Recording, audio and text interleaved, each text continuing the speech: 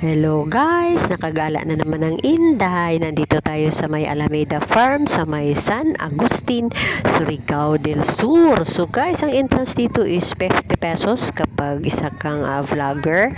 Pag namamasyal ka lang, singil ay 75 pesos. So akyatin natin tong kabilang hagdan guys kasi maraming mga hagdan-hagdan dito. Dito tayo muna magsimula. Ewan ko kung malibot namin to sa loob ng kalahating araw dahil malayo ang pinanggalingan namin. So tanghali na kami nakarating dito.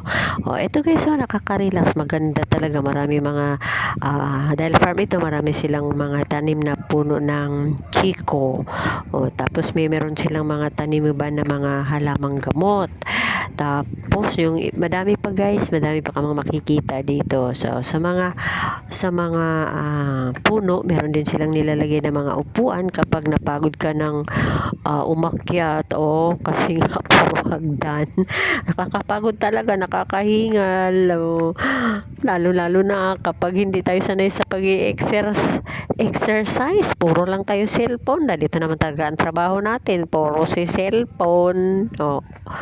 Eto, kahit na nandito tayo, cellphone pa rin yung ginagawa natin. Ang ganda, nakaka-relax siya. Medyo pagdating dyan, hihingal na ako sa taas kasi. So, meron silang mga bahay-bahay din. Yung parang, pag ginabi ka, gusto mo matulog. Pero hindi ko alam kung magkano rate sa isang gabi. Yun yung guys. So,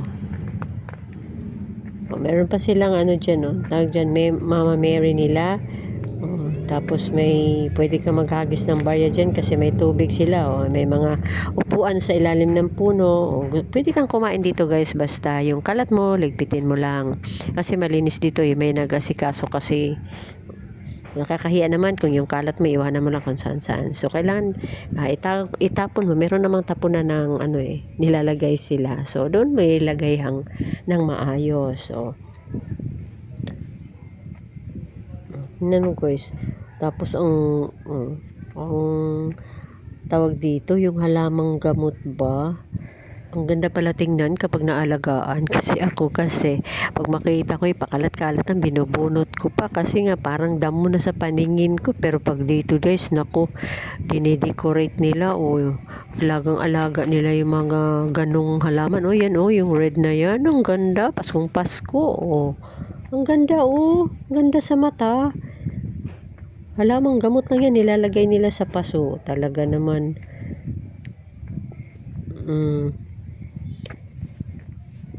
Diba? Kahit saan ka, pag napagod ka na, kung saan ka pwedeng umupo, merong upuan. Pwede kang umupo sa ilalim ng puno. Ayan, tapos dito guys, makikita nimo yung buong dagat na yung Pasipiko. Ano ba yan, Kung gusto mo dyan, may ka-love team ka, pwede ka mag-picture doon,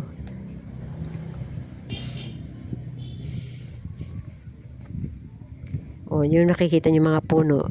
Chiko yan guys, nagsimula na yan siyang magbunga sa mga December yan, malalaki na yan. Pwede na yan ilagay sa yung prutas na nilagay natin sa lamesa every New Year. Nakikita ko yan, may iba dyan naglalagay din ng ganyan.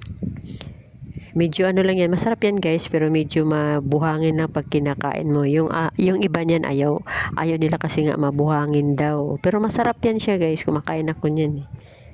Ang dami talaga, yung hiktik sa bunga yung chiko na yan.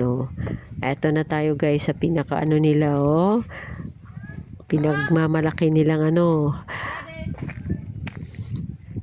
yung nakapigil hininga, may frame dyan, meron yung rainbow, nakakatakot yan pag gusto mo magpicture dyan, pero yung likod yan bangin na. Kung hindi ka takutin sa heights, kayang-kaya mo. May rainbow pa dyan. Nakakaano lang dito guys kasi kahoy yung sahig nila, tapos yung ibang part dyan meron akong naapakan na siya yung sira na, kaso lang meron silang nilalagay na hindi masyado makita kung sira na yung sahig. Kaya ingat din kahit merong takip, pero nakakatakot pa din kasi pag napakan mo ba, magugulat ka. Oh, lapitan natin yung rainbow. Kasi sinilip ko yan guys. Sa baba talaga medyo malalim. So kung takot ka sa height, oh, yan guys, makita mo Britannia Group of Island yan. Maganda din dyan. Madami mga turista nagpupunta dyan. Oh, ano ba tawag dyan? Hindi ko alam kung ano tawag dyan eh. Basta nilapitan ko yan siya. Akala ko naman akala ko sturdy. Yung pala pag hawak ko, gumagalaw. Ay naku, tapos nandun ako sa may dulo na nakakatakot. Baka madiretso ako sa bangin. So ito na yung buong paligid ng ano nila guys. Yung gusto mong makita yung ang ganda ng kabundukan kapag hindi ginagalaw talagang maganda tingnan yung nature Tapos sa unahan yun na yung makita mong Pacific Ocean. So sa susunod guys pupuntahan natin yun dyan. Thank you for watching.